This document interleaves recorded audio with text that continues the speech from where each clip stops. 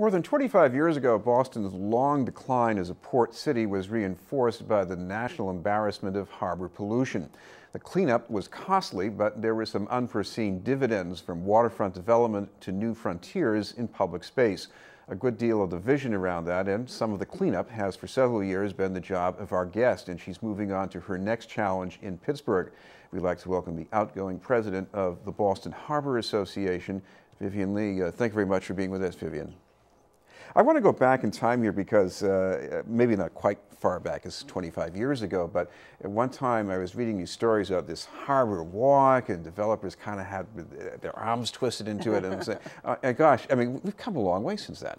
Absolutely. I think when you think back to 25 years ago, we were in the midst of the cleanup of the harbor, and many people could not envision that the harbor would one day be our front yard, because it had been our backyard and the dumping ground for so much of the pollution and such for many decades previously. But we have really changed, and the waterfront is now what we all celebrate. What is it about the importance of the waterfront in Boston? Because, you know, in my mind, if I look at these old maps going back to the 18th century, that waterfront, that was the face of the city.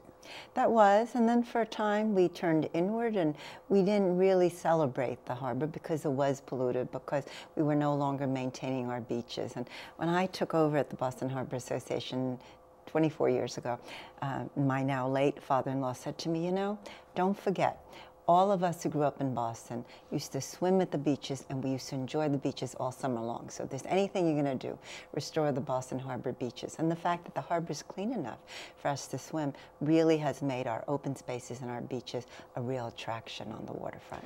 Well, some of my earliest memories was this awful smell from the fish pier, or going out with my dad as he brown bagged at the no-name restaurant. And we've lost that, haven't we? Well, you know, with progress, you see different types of development. So it tends to now be a more gentrified setting, perhaps. And I think that is probably the biggest challenge. You know, the success story is there's many things to celebrate. But I think the one thing that we have to be careful about is to be sure that the waterfront is accessible to all, you know, regardless of income, and that it celebrates the diversity of our city. How do you get that mix? I mean, I know it's free to walk on the harbor lawn, but to really entice people, because, you know, for some people it's a trip to get down there. It is, but we want to have much more water transportation. I think we'll see that in the next decade. I think having the balance of different types of jobs. So on the one hand, you have those wonderful law firms and such that look out onto the harbor, but we really need to protect the working port. And I'm just thrilled that the governor and the mayor and the head of Massport will on Friday be celebrating Conley Terminal and its expansion, because that truly is the Port of Boston, and the number of jobs, more than 8,000 jobs directly related to the port, are really important for our economy. Those are well-paying, blue-collar jobs that support families. They're not just, you know, minimum wage jobs. And I think the wonderful thing about the waterfront is that we have to date been able to accommodate the new economy together with the existing working class Port of Boston jobs. And I think that will be the challenge in the next decade or two. Well, the market forces are pretty strong. We're already reading stories about companies that are closer to what you described, and, you know, their rents going up, and they're going to be forced to move, some of these companies, aren't they? They are, but the city and Massport own a significant amount of property still on the waterfront, and they have the ability to shape what happens there. So for the city of Boston, the Marine Industrial Park; for Massport, of course, a number of properties all along the waterfront. And I think they have the ability to shape what happens. They will make sure that the truck routes are preserved so that we can move cargo in and out of the working port.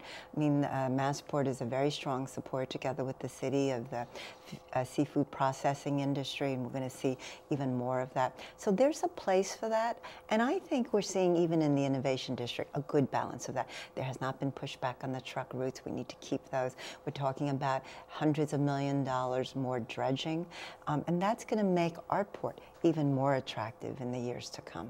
And you probably need some more access as far as transportation, especially public transportation Oh, yes. down there? Oh, yes.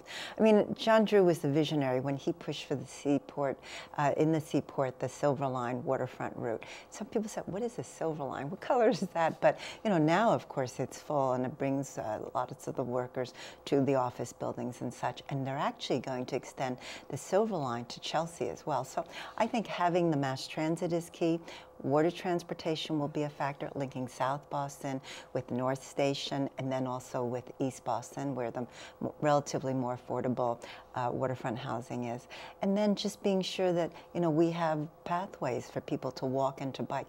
You know, 25 years ago, if you said that people would be sharing, you know, shared cars like zip cars, or that we would have, you know, hubway for bikes, that was unheard of back then, right? So, you know, with time, people's way of getting around changes, and the emphasis on public health and walking and biking. So we're seeing it's now standard that everyone has a bike rack, or you know, a hubway rack and such, and we don't think anything about it. But certainly when we started planning a long time ago, people sort of rolled their eyes and said, oh, no, but it's changed.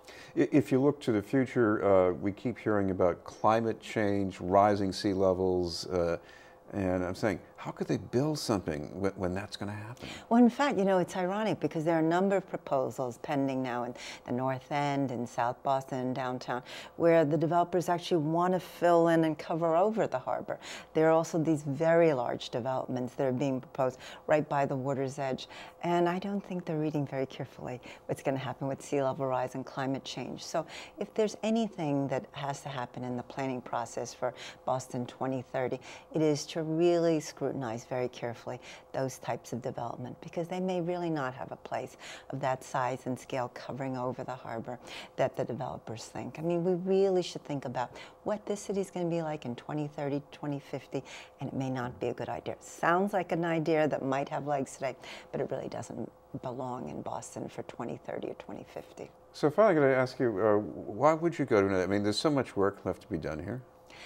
And you know that we've had some incredible partners, whether it's government, private sector, property owners, community organizations.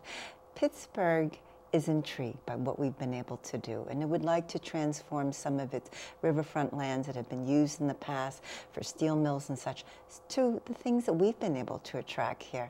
And I think that's an exciting challenge. And so we have lessons that can be shared with Pittsburgh, and there are things that we can learn from Pittsburgh as well. So I'm looking forward to that challenge. And wishing you the best of luck there. Vivien Leigh. Thank you. From the Boston Harbor Association.